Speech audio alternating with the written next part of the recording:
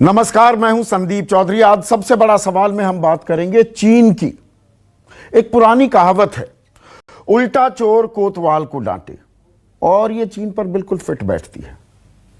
LAC पर, वास्तविक नियंत्रण रेखा पर चीन अपनी कारगुजारियों से बाज नहीं आ रहा है।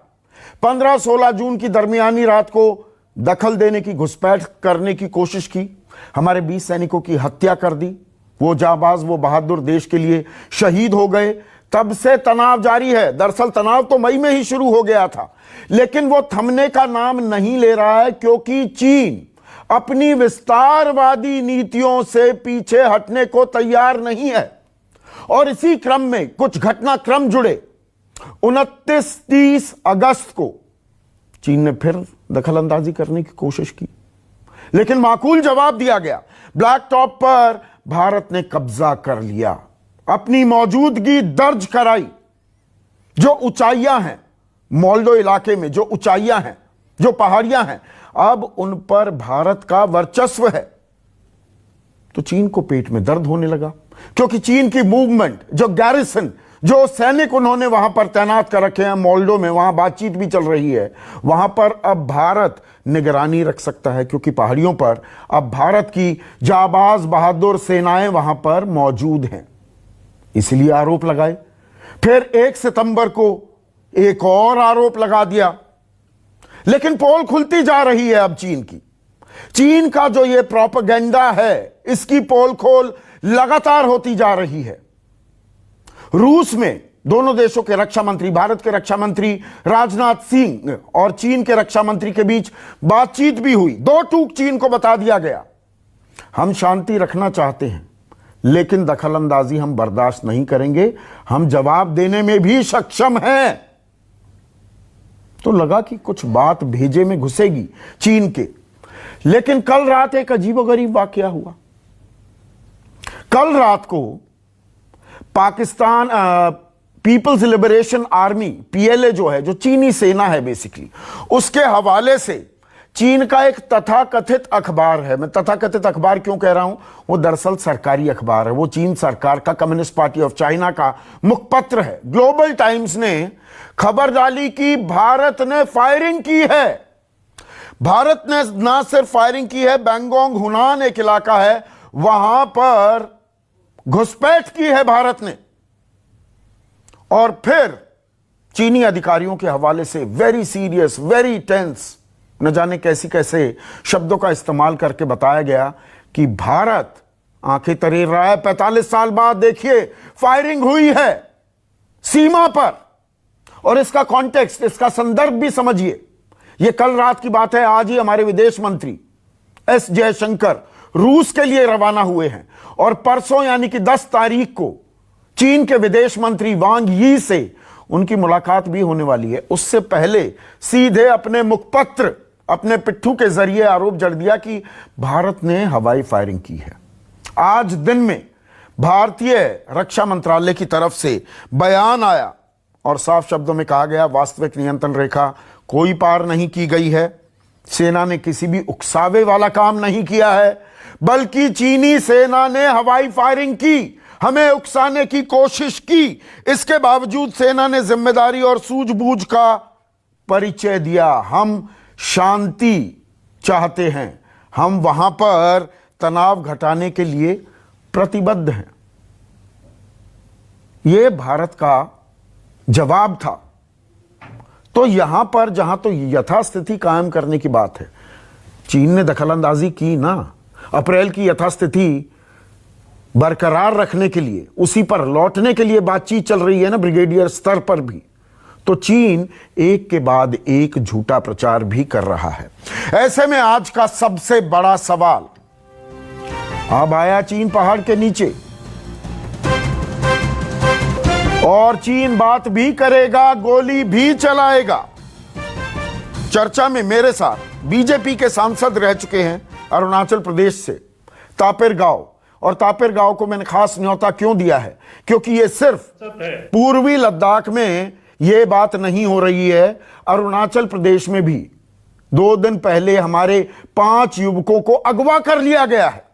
अब चीन कह रहा है नहीं, वो हमारी सीमा में घुस आए थे, अभी बातचीत चल रही है। तो चीन ने मोर्चे कई जगह खोल रखे हैं और इसीलिए तापिर गांव को मैंने न्योता दिया है। मेरे साथ कांग्रेस की राष्ट्रीय प्रवक्ता सुप्रिया श्रीनेठ हैं। जेडीयू अहम घटक है, मोदी सरकार की साझा सरकार चलाते हैं ये बिहार में। उनके युवा चेहरा, उनके प्रवक्ता डॉक्टर अजय आलोक और 3 खास मेहमान एक्सपर्ट्स हैं। विवेक काटजू साहब सचिव रह चुके हैं विदेश मंत्रालय में। चीन और पाकिस्तान को इनसे बेहतर कम ही लोग जानते हैं देश में। मेरे साथ major general Bishambar Dayal retired हैं और साथ ही साथ lieutenant general Rakesh Sharma retired भी इस चर्चा में जुड़ चुके हैं। और विवेक काटजू साहब, शुरुआत में आपसे करूंगा। जो मैंने कहा ना कि उल्टा चोर कोतवाल को डांटे, हवाई फायरिंग चीन कर रहा है, बैंगोंग हुनान पर कब्जे की फिराक में वो है, पेट में दर्द उसके हो रहा है, आरोप हम पर लगाया जा रहा है। रणनीति क्या है ये चीन की? नहीं, जो उन्होंने इल्जाम लगाए हैं और जो वो अब एक उत्तेजित कदम उठा रहे हैं, उससे ये साफ प्रतीत है कि हमने जो कदम उठाया है वो उनको कुछ सरप्राइज हुआ है उससे उनको, क्योंकि अभी तक भारत ने बहुत संयम बरता था। हमेशा से यही भारत की इच्छा थी कि किसी प्रकार से वहां पर शांति कायम रहे वास्तविक सीमा रेखा पर।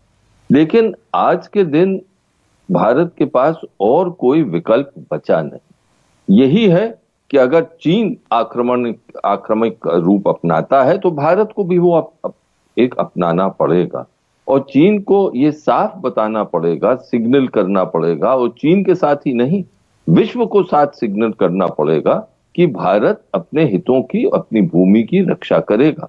और जो सबसे महत्वपूर्ण बात है वो ये कि ये जो कदम चीन ने उठाया है वो दोनों रक्षा मंत्रियों की बैठक के बाद उठाया जी है और विदेश मंत्रियों की बैठक से पहले पहले उठाया। हाँ। तो वो साफ, उनकी मंशा इससे साफ जाहिर हो जाती है कि वो किस रास्ते पे जाना चाहते हैं। उन्होंने भी एक साख की बात बना ली है कि भाई हमने जो कदम उठाया है हम पीछे नहीं हटेंगे। हमने भी कहा है कि आपने जो किया है वो हमें मंजूर नहीं है, और अगर आप खेल सकते हैं तो हम भी खेल सकते हैं, अगर आप हाइट्स पे जा सकते हैं तो हम भी हाइट्स पे जाएंगे। तो जैसे मैंने आपसे एक बार पहले अर्ज किया था वो यही कि मुझे ये तनावपूर्ण स्थिति चलती दिख रही है। उम्मीद की जा सकती है कि विदेश मंत्रियों की जो बैठक होगी 10 को, उससे कुछ सकारात्मक एक पहल होगी। तो लगातार उकसाने की कोशिश है, आप इसे रीड कैसे करते हैं? उकसाने की कोशिश कर रहे हैं। अब वो अपने सरकारी पिट्ठू, जिसको ग्लोबल टाइम्स कहते हैं, वो वहां पर पूरा बाकायदा बयान छापते हैं कि भारत की सेना ने गोली चलाई है, जबकि हमारा रक्षा मंत्रालय कह रहा है उन्होंने गोली चलाई, उकसाने की कोशिश की, हमने जवाब दिया हमने कोई फायरिंग नहीं की, हम शांति चाहते हैं, अभी भी हम तनाव घटाने के लिए प्रतिबद्ध हैं। देखिए, जो ग्लोबल टाइम्स ने लिखा है वो तो एक प्रकार से चीनी सेना का बयान है, चीनी सरकार का बयान है। उसको आप इस तरह समझें कि वो तनाव बरकरार रखना चाहते हैं और जैसे एक अंग्रेजी में कहावत है, अपिंग द एंटी। वो चाहते हैं कि एक स्तर तनाव का और बढ़े। वो ये नहीं समझ रहे हैं कि इससे दुनिया में भी, भारतीय हमारे क्षेत्र में ही नहीं दुनिया में भी एक समझिए एक जरा असमंजस का माहौल है कि क्योंकि दोनों न्यूक्लियर पावर्स हैं, दोनों के पास परमाणु हथियार हैं और दुनिया नहीं चाहती है कि ये तनाव बढ़े। लेकिन आज का चीन जो है बहुत ही अग्रेसिव चीन है। शी जिनपिंग जो है वो अपने आप को बहुत बड़े नेशनलिस्ट नेता समझते हैं और उनको अपनी जनता को भी दिखाना है कि मैं मजबूत हूं, मेरी सरकार मजबूत है। तो अब हमें भी अब बड़ा धीरज अभी तक दिखाया है और मुझे लगता है धीरज दिखाना चाहिए। लेकिन नहीं, अब चीन की भाषा में कहीं ना कहीं चीन को दबाव को जवाब भी मिल रहा है। जी बोलिए प्लीज। एक शब्द मैं और कह दूं तो ये कि धीरज के साथ साथ मजबूती भी दिखाई है हमने, और वो मजबूती चलेगी, क्योंकि देखिए मजबूती और धीरज जो है वो आपस में उनका विरोधाभास नहीं है। बिल्कुल नहीं है। धीरज भी रख सकते हैं और मजबूत भी हो सकते हैं। बिल्कुल हो सकते हैं। हम धीरज भी रख रहे हैं, मजबूती भी दिखा रहे हैं, जवाब दिया जा रहा है उसी की भाषा में। जनरल राकेश शर्मा, आज रक्षा मंत्री ने हाई लेवल मीटिंग भी की, सीडीएस थे, तीनों सेनाओं के चीफ थे उसमें, और कमांडिंग ऑफिसर्स को जो हमारे सूत्र हमें जानकारी दे रहे हैं, साफ शब्दों में कह दिया गया है चीन को उसी की भाषा में अब जवाब भी दिया जाए, दीजिए चीन को जवाब। तो चीन को शायद इसी के लिए दिक्कत भी पेश आ रही है कि पहले तो हम कहीं भी घुसपैठ कर लेते थे और भारत की तरफ से जवाब नहीं दिया जाता था।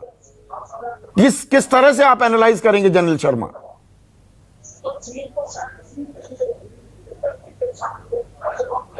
जनरल बिशंबर दयाल, आप जवाब दीजिए, शायद उनका फोन कट गया।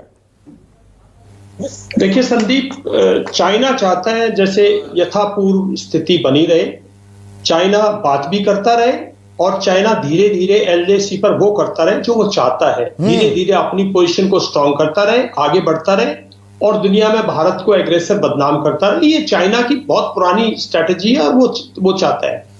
और देखिए संदीप, मैं कहता हूं कि 1993 तक, 1962 में जो हुआ 67 से 93 तक चाइना की इतनी जरूरत नहीं थी। 86 में जब चाइना ने किया था कुछ, उसका भी भारत ने बहुत कड़ा जवाब दिया था। ये ट्रीटीज है ना, जो 5-6 ट्रीटीज है, जो बॉर्डर मैनेजमेंट, ये चाइना को सूट करते हैं। और जब तक आप इसको, ये तो देखिए एक हादसा है जो बचा लिया, भारतीय सेना ने फायर नहीं किया होगा, उन्होंने हवा में फायर किया। मैं अभी एक किसी चैनल पे बोला था संदीप, हम शस्त्र की पूजा करते हैं, सैनिक के लिए शस्त्र भगवान है और इसलिए भगवान है, जैसे आम आदमी भगवान से रक्षा की उम्मीद रखता है, शस्त्र हमारा रक्षक है सबसे पहले। हम एग्रेसर बाद में है, पहले तो अपने सुरक्षा के लिए ना, देश की सुरक्षा करेंगे, अपनी सुरक्षा करेंगे और देश की माटी की सुरक्षा करेंगे। तो हमारा शस्त्र तो सबसे बड़ा भगवान है, हम उसकी पूजा करते हैं, हमें वो इस्तेमाल करने का 1993 के बाद भारतीय सेना उसमें बंद गई है। इससे विड्रॉ कीजिए, आप इससे एकदम विड्रॉ कीजिए। देखिए चाइना को किस तरह से करंट और झटका लगता है। चाइना चाहता है ये स्टेटस को बना रहे, चाइना चाहता है प्रोलॉन्ग्ड आप स्टेटस डिप्लॉय रहे के, क्योंकि चाइना भी अब मोबिलाइज कर चुका है। ये तो हमारे ऊपर है कितनी लंबी देर तक हम पेशेंस दिखा के उसकी बातों में आते रहेंगे और खेलते रहेंगे। जो साउथ ऑफ पेंगोंगसो किया बहुत अच्छा कदम था, चाइना उससे बैकफुट पे है। और अगर मैं समझता हूं, अगर रक्षा मंत्री की बातें से नहीं कुछ निकला तो मैं समझता हूं, और एक बहुत अच्छी बात की हमारे विदेश मंत्री ने कहा कि पॉलिटिकल लेवल पे बातचीत होनी चाहिए। इसका मतलब वो भी कहीं ना कहीं एप्रीहेंसिव है कि वो मिलने जा रहे हैं, लेकिन कोई शायद इसमें से कुछ हासिल नहीं होने वाला। भारतीय सेना को एलएसी पर बिल्कुल आप 93 ट्रीटी विड्रॉ कीजिए। मैंने उस दिन भी बोला था, पार्लियामेंट में उसको एग्रेसर डिक्लेयर कीजिए, फर्स्ट आपका यही होना चाहिए, और चाइना उसको बैकफुट पे कीजिए। और जितना और आप उसका उल्लंघन, जितना और उसकी बाइकआउट कर सकते हैं, उसकी कमोडिटीज का, उसके ट्रेड का बाइकआउट कीजिए, जहां आप अपने आप को सस्टेन कर सकते हैं। जनरल राकेश शर्मा जुड़ गए हैं, एक मिनट। जनरल राकेश शर्मा, जो जनरल दयाल बात कह रहे हैं कि ये 93 की संधि समझौता, 96, 2005 की, 2012-13 की भी है, हम शांति बनाए रखेंगे, मिनिमम वहां पर फौजें तैनात होंगी, आप वहां पेट्रोलिंग कर सकते हैं लेकिन शस्त्र का इस्तेमाल नहीं करेंगे। इसका लगातार चीन ने बेजा इस्तेमाल किया है और ये पिछले 2-3 महीने तो इसकी जीती जागती मिसाल है। तो हम ही, भारत ही प्रतिबद्ध है क्या इन समझौतों को ऑनर करने के लिए? थैंक यू संदीप जी मेरे को बुलाने के लिए। पहली बार मैं कहना चाहूंगा कि 1993 की ट्रीटी की जो बात की जा रही है, उसमें जो लाइन ऑफ एक्चुअल कंट्रोल का जिक्र हुआ था, उसके बाद ये अंदेशा था कि लाइन ऑफ एक्चुअल कंट्रोल जमीन पर मिलाई जाएगी, एक डिमार्केट की जाएगी, वो नहीं हुई। उसके कारण से पिछले 27 साल से ये एक सिचुएशन रही, एक तरीका रहा जिसमें कि बार बार ये स्ट्रेस होते रहे। अब पिछले 4 महीने की बात कीजिए, पिछले 4 महीने पहले चाइना ने हमको सरप्राइज किया था। एक ऐसे तरीके से 4 जगह पर आया जहां पर पहले नहीं आया था, ऐसा नहीं हुआ था। पहले 2 डिवीजन लेकर हमारे पास नहीं आया था, ये पहली बार हुआ था। और उस 4 महीने में हमने बहुत कोशिश की बातचीत में, कई लेवल पे, पॉलिटिकल, डिप्लोमेटिक लेवल पे, मिलिट्री लेवल पे, कि आप मानिए बात। तो 4 महीने से उन्होंने हमारी बात नहीं मानी। इसके बाद हमको ये कदम उठाना पड़ा और हमने एलएसी के ऊपर इन हाइट्स का तकरीबन 30 किलोमीटर के इलाके को हमने ऑक्यूपाई किया। सो ये वास्तव में उनके 4 महीने पिछले 30 साल के जो उनका एटीट्यूड था, उसके एटीट्यूड के जवाब में ये करना पड़ा।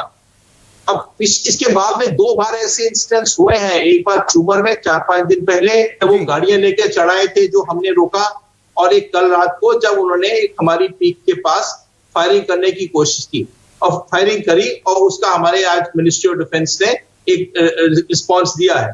बात सही है कि हम इस वक्त इस पोजीशन पे है, एक स्ट्रांग पोजीशन पे है कि हम वार्तालाप कर सकें। हमारे डिप्लोमेट जो जाके अब फॉरेन मिनिस्टर जाके बात करेंगे तो उनका कंधा ऊंचा होगा, बिकॉज हमने भी एक उनको पोजीशन ऑफ स्ट्रेंथ दी है। नहीं, पोजीशन ऑफ स्ट्रेंथ दी है जनरल राकेश शर्मा, एक सेकंड, पोजीशन ऑफ स्ट्रेंथ पर हैं, पर देखिए ये जो चीन है ना, ये कहीं पर निगाहें कहीं पर निशाना। दुश्मन को कभी भी कमजोर नहीं आंकना चाहिए, ये चाणक्य नीति भी कहती है।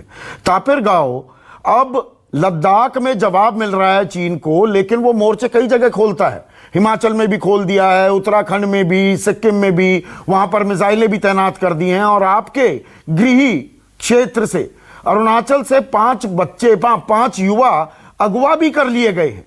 अभी कह रहे नहीं हमारे यहां पर आ गए। तो ये चीन लगातार झूठ भी बोलता है और हमारे इलाके में घुस आता है और कहता है ये तो हमारा इलाका है। तो चीन पर इतना जल्दी भरोसा कर लेना या अपनी इन चीन की घुसपैठ को नाकाम करने की कोशिशों को सेलिब्रेट करना जल्दबाजी तो नहीं हो जाएगी? देखिए, मैं पार्लियामेंट में भी और आउटसाइड पार्लियामेंट में भी मैं कहते आया हूँ कि चाइना को विश्वास करना हमारा बहुत बड़ा भूल हो। जी के समय में भी चीनी हिंदी बाय बाय करके हम विश्वास किए और हमारा पीठ से चाकू मारे। आज गलवान से लेके गलवान, पांगोंग, सुसुल, पेमटोक और आपका बोराहटी वैली और लिपुलेक, सिक्किम, आज अरुणाचल में 7 सितंबर को अपना ही और हिंदुस्तान के क्षेत्रों में 13-7 मिलिट्रीली उस जगह का नाम है, मेजर जनरल रिटायर को मालूम होगा।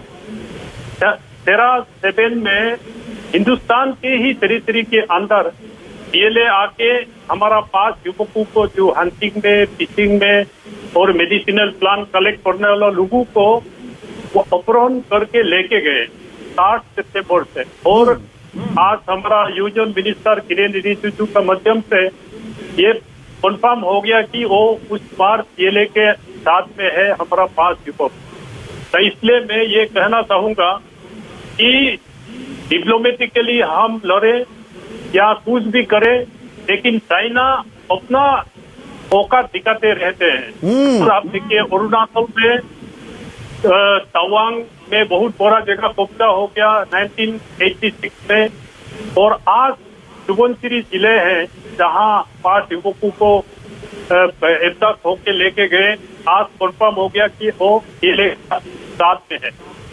इस जगह से पीएलए ने हमारा 5 युवक को एहसास हुआ ये हिंदुस्तान का टेरिटरी है और मैकमोहन लाइन के अंदर के इलाका है। और अपर सियांग जिसमें सांगपो रिवर एंट्री होता है इंडिया में, उस जगह में चाइना ने सड़कें बनाए तो उसको इंडियन आर्मी ने ये हमारी कमजोरी रही है क्या तापिर गाँव? चाइना हमारे इलाके में घुसपैठ करता रहा है सालों साल, हमने नजरअंदाज किया, इसीलिए उसका दुस्साहस भी बढ़ा है कि भारत वाले तो कुछ बोलते नहीं, थोड़ा सा और अंदर घुस जाओ, थोड़ा और अंदर घुस जाओ। हाँ, ये मैंने पार्लियामेंट में भी मैंने कहा कि inch by inch 60-70 kilometre inside जिस इलाका से ये एहसास हुआ उस जगह में 60-70 किलोमीटर तक चाइना एस्टेब्लिश सारा सब इंफ्रास्ट्रक्चर एस्टेब्लिश हुआ है। आज का नहीं है, 1980, 84, 85, 86, 87 में ये हुआ है। हमारा देश के जो सरकार थे वो तो नजरअंदाज किया। और दिबांग वैली में हर दिन वहाँ होता है। 16 तारीख जून 15-16 को गलवान वैली में हादसा हुआ। हमारा दिबांग वैली में भी अंद्रेला वैली में अंतरा टॉक एक जगह है, 8 कुमाऊं रेजिमेंट और पीएलए बेस तक हुआ। और अंजो जिले में एकदम पूर्वी अरुणाचल अंजो जिले में चाकलागाम इलाका में हर दिन रूस ये हो रहा है। तो आज में न्यूज 24 को बहुत अच्छा लगा, नेशनल टेलीविजन में फर्स्ट टाइम मुझे बुला के ये चर्चा करने का मौका मिला नहीं नहीं, हम देखिए, हम सच और तथ्यों के आधार पर चर्चा करते हैं तापिर गाओ, इसीलिए आपको हमने बुलाया है। लेकिन सुप्रिया देखिए, चीन को अब उसी की भाषा में जो जवाब दिया जा रहा है, इसीलिए चीन के पेट में दर्द हो रहा है। अब हम ऊंचाइयां, हाइट्स भी पकड़ रहे हैं, इसीलिए हड़बड़ा कर कहता है कि नहीं, भारतीय सेना ने गोली चला दी, हवाई फायरिंग कर दी। अब चीन को उसी की बोली में जवाब दिया जा रहा है ना, ये बात आप मानेंगी? देखिए, ऐसा है कि सब कुछ कहने से पहले मैं सबसे पहले तो ये कहूंगी कि चीन की जितनी भर्त्सना करी जाए, जितनी अवहेलना करी जाए, उतना कम होगा, क्योंकि चीन की यह नीति आज से नहीं, पुराने समय से है। मैं सिर्फ इतना कहूंगी कि आज जो वक्त है वो तू मैं का वक्त नहीं है। आज हम सब लोग सरकार के साथ खड़े हैं, सेना जो करेगी उसके साथ खड़े हैं, क्योंकि चीन ने दुष्टता हमेशा दिखाई है और आज भी दिखा रहे हैं। और मेरा तो सवाल एक भारतीय के होने पर ऐसा है, मुझे गुस्सा आती है कि चीन की इतनी हिमाकत कैसे हो रही कि पहले आप हमारे धरती में घुसते हैं, फिर आप कोर कमांडर लेवल की 5-5 मीटिंग के बाद भी निकलने से मना करते हैं, फिर आप साउथ पैंगोंग सी से घुसने की कोशिश करते हैं, और अब एक वाहियात, बहुत ही वाहियात वीडियो आप सोशल मीडिया पे चलाते हैं कि आपने वहां पर रेवेन्यू इकट्ठा करना शुरू कर दिया है, आपने उसको एक टूरिस्ट इलाका बना दिया है, लोग बोट में भर के पैंगोंग सो पे जा रहे हैं। मतलब चीन की हिमाकत कैसे हो रही है ये सब करने की, और वो ये समझ जाए कि हम वो देश नहीं है जो अपना मुंह बंद रखेंगे और आंख पे पट्टी बांध देंगे। अगर हमारी संप्रभुता पर कोई भी आंच आएगी तो चीन को वही मुंह तोड़ जवाब दिया जाएगा, और पूरा हिंदुस्तान खड़ा होकर एक साथ वो जवाब देगा चीन को।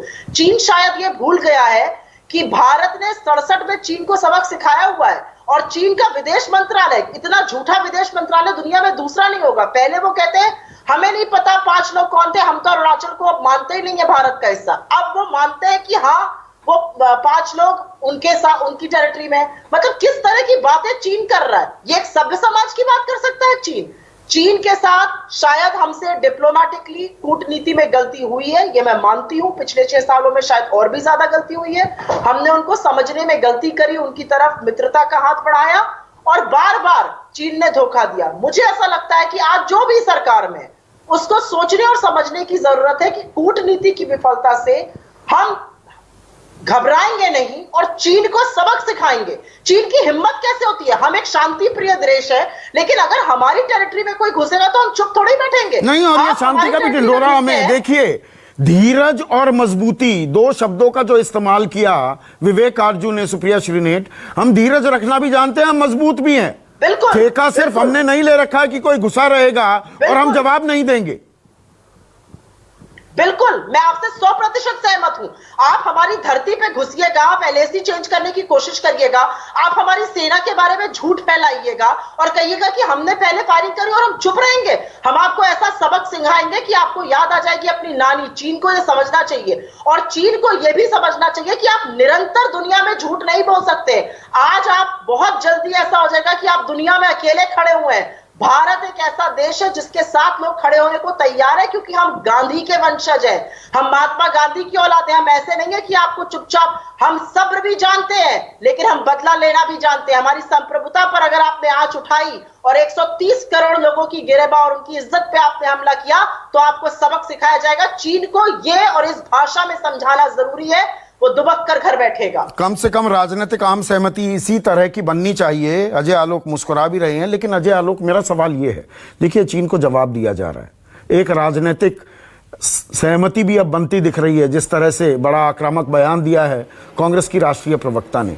पर मेरा सवाल ये है, देखिए, ये थिएटर लगातार चेंज हो रहा है, गलवान घाटी से, डेप्सांग से, फिंगर 4 से फिंगर 8 से लेकर ये दक्षिणी पैंगोंग पर आ गया, तो ये जगह बदल भी रहा है चीन। ऐसा नहीं है हमने 2 जगह जवाब दे दिया या 3 जगह जवाब दे दिया तो चीन पीछे हटने वाला है। ये चीज हमें समझनी होगी, ये लंबी लड़ाई भी है, और इसी के लिए देश में एक आम सहमति भी होनी चाहिए। We should be prepared for a long haul. Ajay आलोक।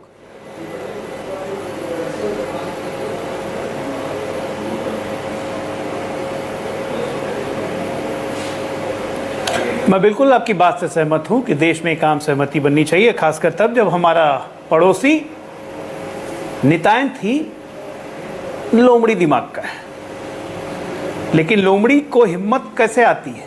एक हिंदी में बड़ी अच्छी कहावत है, भय बिन होए न प्रीत। इसको हम हिंदुस्तानी फॉलो करते रहे। लेकिन ये चीन के मन से ये भय किसने निकाला? सवाल तो यहां भी आता है। सुप्रिया जी बहुत बड़ी बड़ी बातें बोल रही थी, मैं मुस्कुरा इसलिए रहा था। अच्छी बात है, अब लाल आंखें वाली बात पुरानी हो गई कि प्रधानमंत्री मोदी जी की लाल आंखें कहाँ गई, बात पुरानी हो गई, छोड़ दीजिए, मैं उस पर नहीं जाता हूं। लेकिन सवाल तब जरूर उठता है, मैं आप ही पे एक एग्जाम्पल देता हूं। ये स्टूडियो आपका है, पूरे स्टूडियो के मालिक 7 से 8 बजे के बीच में आप रहते हैं। अचानक आपको कल से बोल दिया जाए कि स्टूडियो के एक कोने से आप कर लीजिए, बाकी का शो दूसरा करेंगे, तो कैसा लगेगा? अच्छा नहीं लगेगा ना सदीप जी। प्लेटर में रख के चीन को दिया हुआ था बॉर्डर, हमने मालिक मुख्तार बनाया हुआ था बॉर्डर का।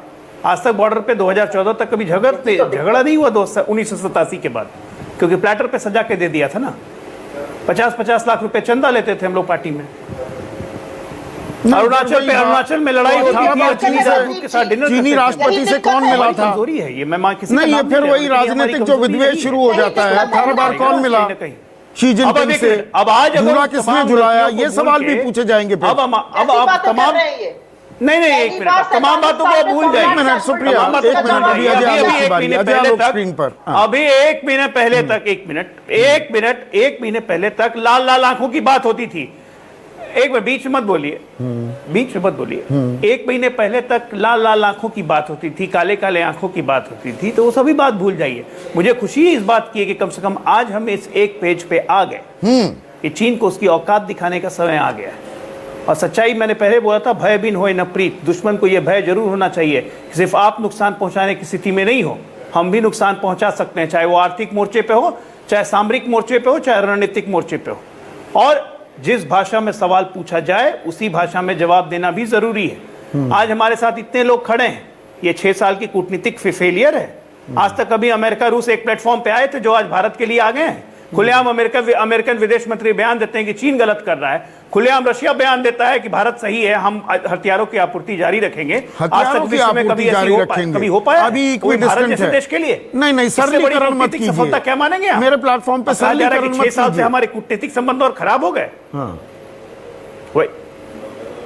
एक मिनट, सरलीकरण नहीं कर रहा हूं मैं आज ये भारत की कूटनीतिक सफलता मानता हूं कि तमाम विश्व समुदाय भारत के साथ खड़ा है।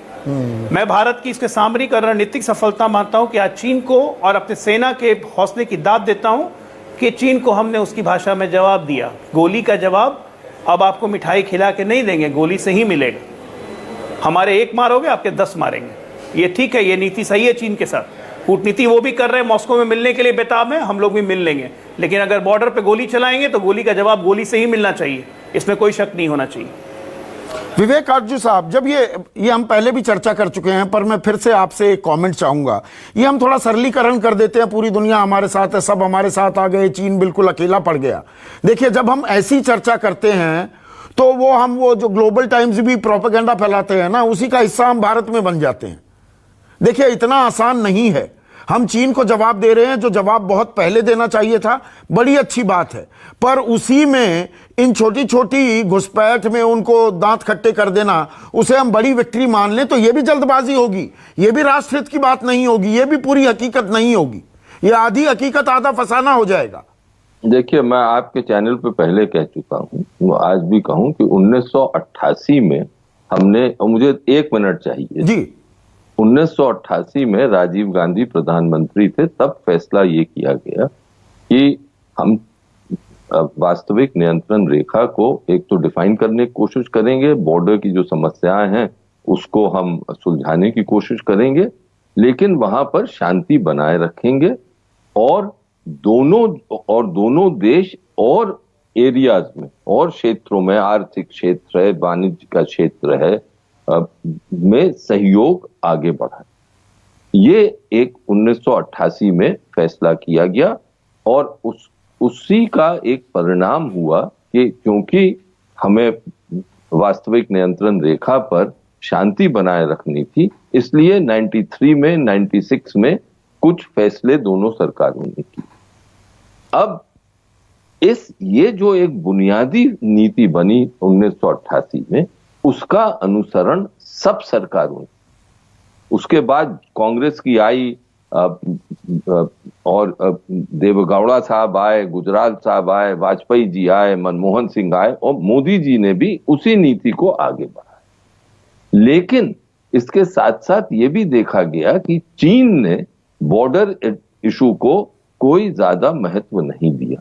दूसरा, उन्होंने घुसपैठियां अपनी इधर उधर जारी रखी, हमने कोशिश करी कि उनको रोकें, थामें, और हमने भी मोर्चे संभाले, जैसे डोकलम में संभाला मोदी जी के जमाने में 2017 में, और चीन को यह बताया गया कि हम यहां पे छेड़खानी बर्दाश्त नहीं करें। अब मेरा मानना है कि वक्त आ गया है जबकि ये जो बुनियादी 1988 की नीति थी उस पर पुनर्विचार हो, और मुझे बहुत खुशी है कि हमारे तीनों जो नुमाइंदे हैं राजनीतिक दलों के, वो एक मंच में हैं, एक स्वर में, बेसिकली एक स्वर में। तो जो जनरल दयाल कह रहे हैं विवेक आर्जू साहब कि ये 93, 96, 2005, 2012-13 के जो ये समझौते हैं, जब चीन इनको नहीं मानता हम क्यों माने? देखिए, इन सब ये जो कह रहे हैं ये सेना की दृष्टि से कह रहे हैं, और सही सैनिक दृष्टि से कह रहे हैं, और मैं उसका सम्मान करता हूं। लेकिन जब दो देशों के बीच में ऐसी नीतियां बनती हैं, और जब हम एक नीति बनाते हैं तो उसका एक सेना और सामरिक जो पहलू है बहुत महत्वपूर्ण है, लेकिन वो रक्षा जो पहलू है बहुत महत्वपूर्ण है, लेकिन एक पहलू, उसके साथ साथ और पहलू भी देखे जाते हैं। जब नहीं, पर हम पाकिस्तान को लेकर पाकिस्तान को अग्रेसर बना देते हैं, उनसे बातचीत बंद कर देते हैं, तमाम रिश्ते तोड़ देते हैं, तो चीन के साथ ये गलबैयां भी और गोली भी, बातचीत भी, गोली भी, ये क्यों चलता है?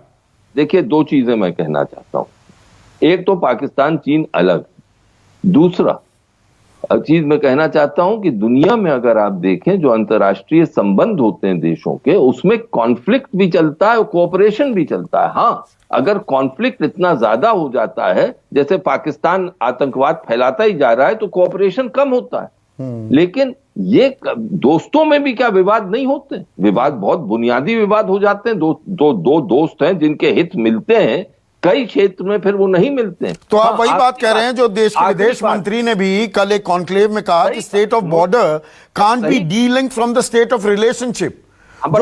जो सूरत हाल सीमा पर है उसको हम जुदा नहीं कर सकते हमारे रिश्तों के सूरत हाल से। एक वाक्य बिल्कुल सही कहा, एक वाक्य मैं और जोड़ दूं। जब ये नीति बनी थी तो किसी ने नहीं सोचा था कि चीन इतनी जल्दी विश्व की ऐसी महाशक्ति बन जाएगा कि अमेरिका को चुनौती देने लगेगा। ये पहली चीज, हम ही नहीं, विश्व में किसी ने नहीं सोचा। दूसरी चीज, हमने ये नहीं सोचा था कि व्यापार के क्षेत्र में हमारे संबंध इतने घनिष्ठ होंगे, चीन की इतनी इन्वेस्टमेंट आएगी। अब जब ये होता है तो फिर एक ये जो हमारा कॉन्फ्लिक्ट है ये एक और रूप ले लेता है।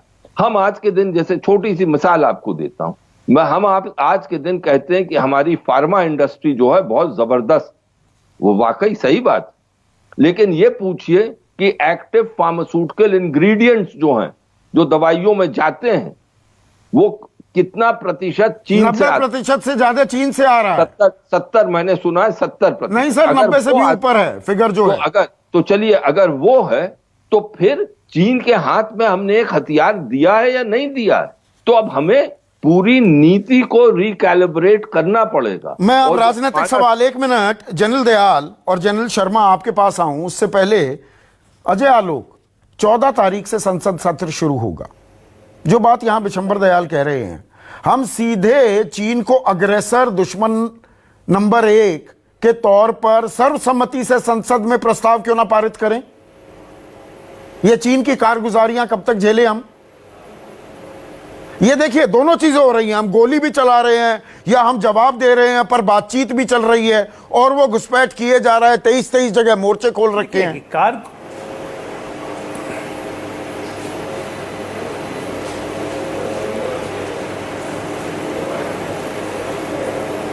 नहीं, मोर्चे वो खोल रहा है तो पहली बार उसको मोर्चों पे जवाब भी मिल रहा है। कूटनीतिक स्तर पे वो बातचीत करने की कोशिश कर रहा है तो हम लोग उस कोशिश का हल भी कर रहे हैं। लेकिन हम आइसोलेटेड होकर चीन को दुश्मन नंबर 1, चीन और पाकिस्तान की भौगोलिक, सामरिक और रणनीतिक स्थिति में बहुत अंतर है, ये भी हमें नहीं भूलना चाहिए। हम उनको ये बताना चाहते हैं कि हम आपसे दब के नहीं रहेंगे, हम आपके बराबरी में ही रहेंगे और आप हमें दबा नहीं सकते हैं। हम कोई वियतनाम या फिलीपींस नहीं है कि आप हमारे में अतिक्रमण करेंगे और हम देख। ये फिलॉसफी अब नहीं चलने वाली है। चीन को अब ये समझ में आ जाना चाहिए। आइडियोलॉग, आप ही के संस्थापकों में से एक जॉर्ज फर्नांडिस देश के रक्षा मंत्री थे। सदन के पटल पर एनिमी नंबर 1 कहा था ना चाइना को, जॉर्ज फर्नांडिस ने। एक शब्द मुझे कहने दीजिए। मैं आ रहा हूं सर, विवेक जी एक शब्द बोलिए। अजय आलोक, पहले आप बात पूरी कीजिए। देखिए स्ट्रैटेजिक एनिमी मैं कह रहा हूं कि स्ट्रैटेजिक एनिमी नंबर 1 इस देश का हर कोई जानता है, बच्चा जानता है कि हमारा चाइना है। लेकिन स्ट्रैटेजिक एनिमी से भी दोस्ती करके चलाने को कहीं कूटनीति कहते हैं, जो हम करते आ रहे हैं। ऐसे नहीं तो अमेरिका रशिया में कब का वर्ल्ड वॉर शुरू कर दिया होता। तो स्ट्रैटेजिक इंटरेस्ट को ध्यान में रखते हुए, राष्ट्रीय हितों को ध्यान में रखते हुए, युद्ध आज की तारीख में कोई नहीं चाहता है, लेकिन साथ के साथ अपनी ताकत का एहसास करवाना भी बहुत जरूरी है कि कोई ये ना समझे कि हमें मुड़ते चला जाएगा, हम मुड़ते चले जाएंगे, जो इनकी आदत बन चुकी थी। इस आदत को बदलने में दूसरे को कष्ट होता है, लेकिन अब आदत बदलने का समय आ गया है और ये चीन को भी पता चल रहा है कि हमें अपनी आदतें बदलनी पड़ेंगी, नहीं तो भारत से रिश्ते सामान्य नहीं रह जाएंगे। क्योंकि अगर हमें 1 रुपए का नुकसान होगा तो चीन को भी 3 रुपए का जरूर नुकसान होगा। नहीं, मैं सवाल सुप्रिया, ये सवाल वो भी नहीं चाहेगा कि एक सेकंड सुप्रिया स्क्रीन पर। सुप्रिया, ये सवाल मैं इसलिए पूछ रहा हूं, देखिए हमें कंफ्यूज नहीं करना चाहिए। We shouldn't miss the woods for the trees. ये जो अभी पूर्वी लद्दाख में हो रहा है, ये तो अभी का मसला है। अक्साई चिन पर तो वो बैठा हुआ है। चाइना पाकिस्तान इकोनॉमिक कॉरिडोर वहां बन रहा है। वहां पर हमारी जमीन पर जो एयरपोर्ट था, जो दरअसल हमारी जमीन है, जो पाकिस्तान के कब्जे में है, वो पट्टे पर दे दी पाकिस्तान ने चीन को। वहां एक बड़ा बांध बन रहा है। हम तो उस इलाके की लड़ाई लड़ रहे हैं जो दरअसल अभी हमारा है, पर अक्साई चिन भी हमारा है। हम यहीं पर ही खुश होते रहे क्या? अभी तो चीन पर और दबाव बनाना है, अक्साई चिन भी लेना है ना। गृह मंत्री ने बोला है हम अक्साई चिन लेंगे। ऐसा था, मेरी तो आशा आज ये थी कि इस पर हम सब लोग एक ही तबीयत से बात करेंगे, लेकिन क्योंकि जेडीयू के प्रवक्ता ने इसको एक गंदी राजनीति देने का रंग दिया, तो मुझे लगता है कि मैं कुछ बातें बोलकर आपके सवाल का जरूर जवाब दूंगी। भाई, बातें तो लाख, और गृह मंत्री जो अभी है वो कहते थे चीन पिकनिक बना के चला जाता है जब वो अपोजिशन में थे, तो क्या ये बातें सेना के लिए कहनी चाहिए थी? ये तो बात सही नहीं है। तापिर गांव जी तो इन्हीं के एमपी थे, वो तो कब से आगाह कर रहे थे अरुणाचल में चीन क्या कर रहा है। इन्हीं की काउंसिल लद्दाख में कब से कह रही थी कि चीन घुसा हुआ है। मैं आज इन सब बातों पर बात नहीं करना चाहती थी, क्योंकि आज संवेदनशील मामला है। हम आईबॉल टू आईबॉल खड़े, और उसमें जरूरी है कि हम सब एक आवाज में चीन की भर्त्सना करें। अब जहां तक चीन की बातों का सवाल है, जो आपने कही बात आधा हकीकत और आधा फसाना, भाजपा के ही लोग पहले रूस से संबंधों को लेकर बड़े प्रश्न उठाते थे। ये तो इंदिरा जी की ही देन है कि आज हमारे रूस से अच्छे संबंध है। लेकिन मैं सब चीजों के अलावा, झूला भूल जाइए, 18 मीटिंग सब भूल जाइए। मैं सिर्फ एक बात कहना चाहती हूं कि चीन के साथ हमारी एक नीति चल रही थी। आपकी तो बहुत आत्मीयता थी, 18 मीटिंग हुई, आपने कहा आपकी पर्सनल केमिस्ट्री है, बहुत आपने आत्मीयता की बात करी। मैं इसलिए कूटनीति को विफल कहती हूं क्योंकि उसका खामियाजा सेना और देश भुगत रहा है। और मुझे लगता है कि जब तक हम अपनी गलतियों को नहीं स्वीकारेंगे, उसको नहीं ठीक कर पाएंगे। आप पाकिस्तान की क्या बात कर रहे हैं? पाकिस्तान तो उनका पपेट बना ही हुआ है। आज चीन अफगानिस्तान में भी इंफ्रास्ट्रक्चर खड़ा करने की बात कर रहा है। वो हमारे सबसे स्ट्रॉन्गेस्ट एलाय बांग्लादेश के कॉक्स बाजार में सबमरीन बनाने की बात कर रहा है, श्रीलंका से बात कर। तो चीन को तो हर पैक पे हमको उसको बिठाना है, चीन को हर तरह से हमें पराजित करना है। लेकिन उसको पराजित हम तब कर पाएंगे जब हम अपनी चीजों की, आज बिल्कुल सही बात आप और काजू जी बात कर रहे थे इंपोर्ट्स की, आपको सुनकर हतप्रभ होगा कि कोविड के लेवल के, जब कोविड आया था उसके पहले जो इंपोर्ट होते थे, वापस चीन से वैसे ही इंपोर्ट होने लगा। और ये सारे इंपोर्ट से ज्यादा हो रहा है, ये याद रखिएगा। वापस हम चीन से उतना ही इंपोर्ट कर रहे हैं। तो आप उनके ऐप मत बैन करिए, आप उनके इंपोर्ट बैन करिए, तब उनको तकलीफ होगी। जब उनकी अर्थव्यवस्था चरमराएगी हमारी वजह से, तब उनको तकलीफ होगी। नहीं, पर मेरा सवाल जो है ना, एक सेकंड शुक्रिया करना जरूरी है, सिर्फ लाल आंख दिखाने की बात नहीं है। आज चीन को हर मोर्चे पे पराजित करना है। नहीं, पराजित करने में हमारी एक राष्ट्रीय नीति होनी चाहिए ना। हमारा चीन से इतना ये है। और अखंडता की जहां तक बात है, कौन भारतीय इसमें नहीं पार्टिसिपेट करेगा? कौन भारतीय नहीं बोलेगा चीन हमारा दुश्मन नंबर 1 है? हमें बिल्कुल डिक्लेयर करना चाहिए कि चीन हमारा दुश्मन नंबर 1 है। मैं यही सवाल तापिर गांव से पूछना चाहूंगा। आप कह रही हैं कि करना चाहिए, संसद में प्रस्ताव लाना चाहिए। तापिर गांव, संसद में प्रस्ताव क्यों ना लाएं? चीन की पोल खोल क्यों ना करें? हम इशारों में ही चीन की बात क्यों करते हैं? नाम भी नहीं लेते चीन का, जो हमारे सैनिकों की हत्या करता है, हमारे इलाके में दखलंदाजी करता है। चीन का नाम भी ले रहे हैं और संसद में भी प्रस्ताव पास करना भी चाहिए, क्योंकि हम कभी भी चीन को नजरअंदाज नहीं करना चाहिए, क्योंकि चीन एक बात डिप्लोमेटिकली एक बात करता है और एक्शन दूसरा करता है। अरुणाचल का टेरिटरी, मैं आपका माध्यम से एक चीज बताना चाहूंगा, ये मेजर जनरल रिटायर शर्मा या वर्मा जी भी यहाँ हैं।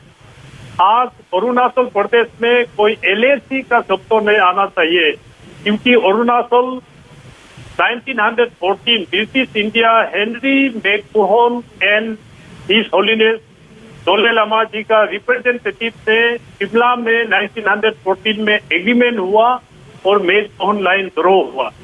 1959 में जबरदस्त इलीगली चाइनीज तिब्बत को कब्जा करके आज बोल रहा है कि we do not recognise Arunachal Pradesh as Indian territory. ये इतना बेसलेस चाइनीज बोल रहा है, तो इसलिए सारा हिंदुस्तान इसको प्रोटेक्ट करना चाहिए। जहां तक डिप्लोमेटिक फाइट होना चाहिए, एक साइड में डिप्लोमेटिक है, एक साइड में रियलिटी में हमको उतरना चाहिए कि चाइना बॉर्डर जो है Arunachal, especially with contact to Arunachal Pradesh, McMahon line तक आज तक करके क्यों नहीं बनाया?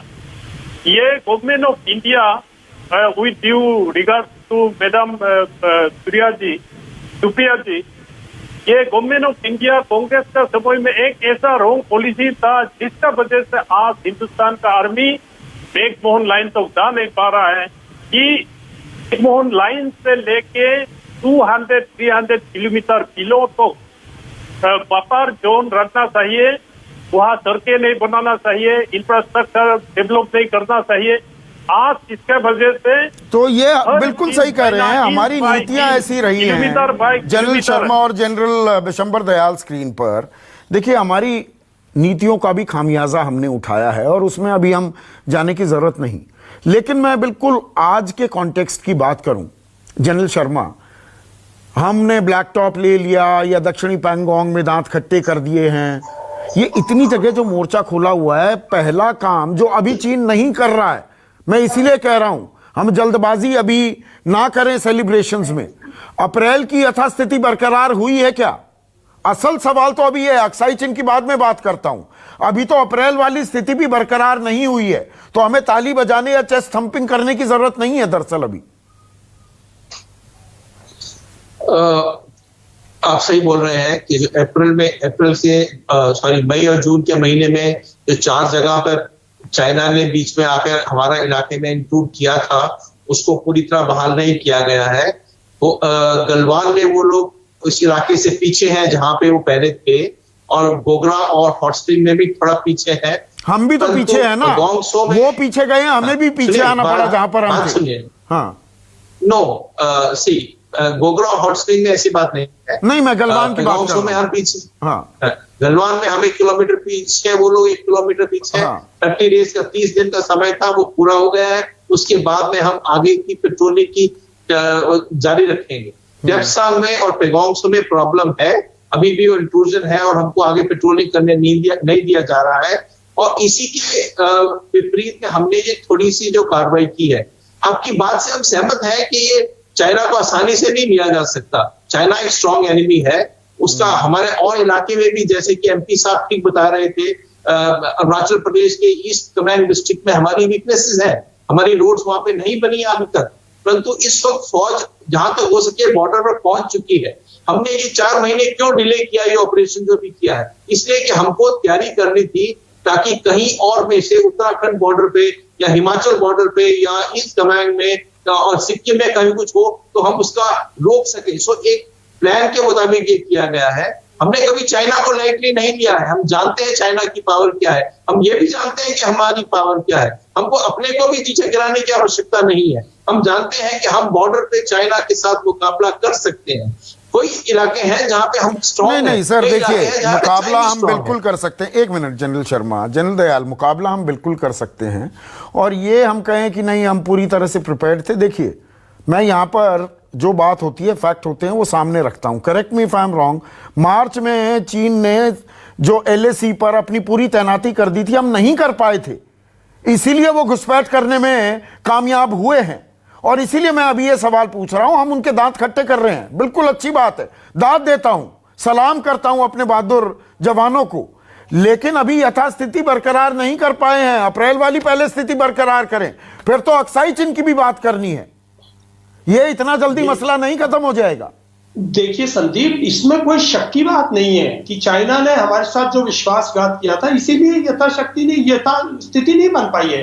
देखिए, इतने सीनियर और काबिल फॉरेन सेक्रेटरी बैठे हुए फॉरवर्ड, मैं फॉरेन उस पर बात करता अच्छा नहीं लगता, लेकिन 2-3 चीजें कहूंगा।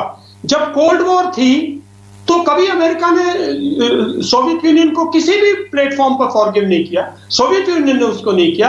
जब हमारे को आज तक, जिस दिन से ट्रीटी 1988 के बाद जब से हमने चाइना के साथ किया, किसी भी मुद्दे पर चाइना ने हमें सपोर्ट नहीं किया। कोई टेररिज्म के मुद्दे पर किसी भी यूएन रेजोल्यूशन में उसने हमें सपोर्ट नहीं किया, उसने हमारा विरोध किया है। तो फिर कैसा दोस्त? और देखिए, पहले जब तक, देखिए सोवियत यूनियन से, रशिया से सीखिए, रशिया ने और चाइना का long standing border stand of था। रशियन ट्रूप्स रहते थे, 11 डिविजन्स ऑल द टाइम रहते थे। उन्होंने पहले उसको सॉल्व किया ना, बाद में दोस्ती बढ़ाई। हमने पहले बॉर्डर सॉल्व नहीं किया, जो हमारा मेन मुद्दा बॉर्डर था, और हमने ट्रीटी कर ली। मैं नहीं समझता सेना को किसने कंसल्ट किया होगा। बहुत अच्छा, हमारी आशा थी ट्रेड बढ़े, सब बढ़े, सारे प्राइम मिनिस्टर ने, सब ने ट्रेड बढ़ाया और पूरी और अच्छी तरह से बढ़ाया, बहुत अच्छा हुआ दोनों। लेकिन चाइना तो 2010-11 से ये रूप दिखा रहा है। तो अब कैसा संकोच भाई, अब कैसा संकोच? 15 हमारे 20 सैनिक शहीद हो चुके हैं, लड़ाई जारी है, और हम सोच रहे हैं भाई उसको जवाब दीजिए एलएसी पर, उसको और मूव कीजिए, उसको जहां जो हमारी एलएसी है, जो हम सोचते हैं हमारी बॉर्डर है, एलएसी गोली मारो। वहां अगर हम सोचते हैं चीन को खदेड़ना होगा, क्योंकि ये चीन इतना जल्दी मानने वाला नहीं है। तो जल्दबाजी ना करें, तालियां अभी बजाने का वक्त नहीं आया है। सेना के शौर्य पर किसी को कोई शक नहीं है, लेकिन चीन जो ये है ना, ये उल्टा चोर कोतवाल को डांटे वाली जो इसकी मानसिकता है, इसे ठीक करने में भी वक्त लगेगा। आज के लिए बस इतना ही। नमस्कार। मैं हूं मानक गुप्ता। अगर आपको हमारा ये वीडियो पसंद आया हो तो इसे लाइक और शेयर जरूर करें, और हां, हमें सब्सक्राइब और फॉलो करना ना भूलें, ताकि आप देश और दुनिया की कोई खबर मिस ना करें। चाहे कोई ब्रेकिंग न्यूज हो या कोरोना वायरस से जुड़ी कोई भी अपडेट, पॉलिटिक्स हो या आपकी जेब से जुड़ी कोई खबर, इलेक्शन की कोई न्यूज हो, कोई कंट्रोवर्सी हो या फिर कोई वायरल वीडियो, सब कुछ मिलेगा न्यूज़ 24 पर। तो जुड़े रहिए हमारे साथ और देखते रहिए न्यूज़ 24।